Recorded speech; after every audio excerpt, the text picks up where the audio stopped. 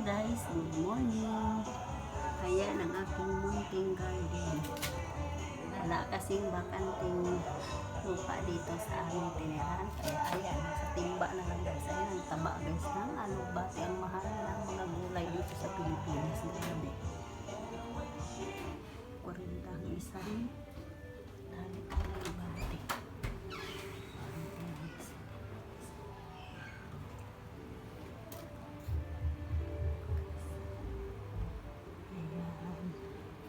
Ang ganda ng aking munting garden. Ayan pa guys. Kakatanim lang ng daon ng kamote. Ayan siya guys. Diba?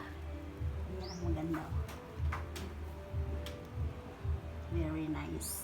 Very nice kayo guys. Oh, napaka ganda ng tubo ng alubate ko guys. Ayan guys.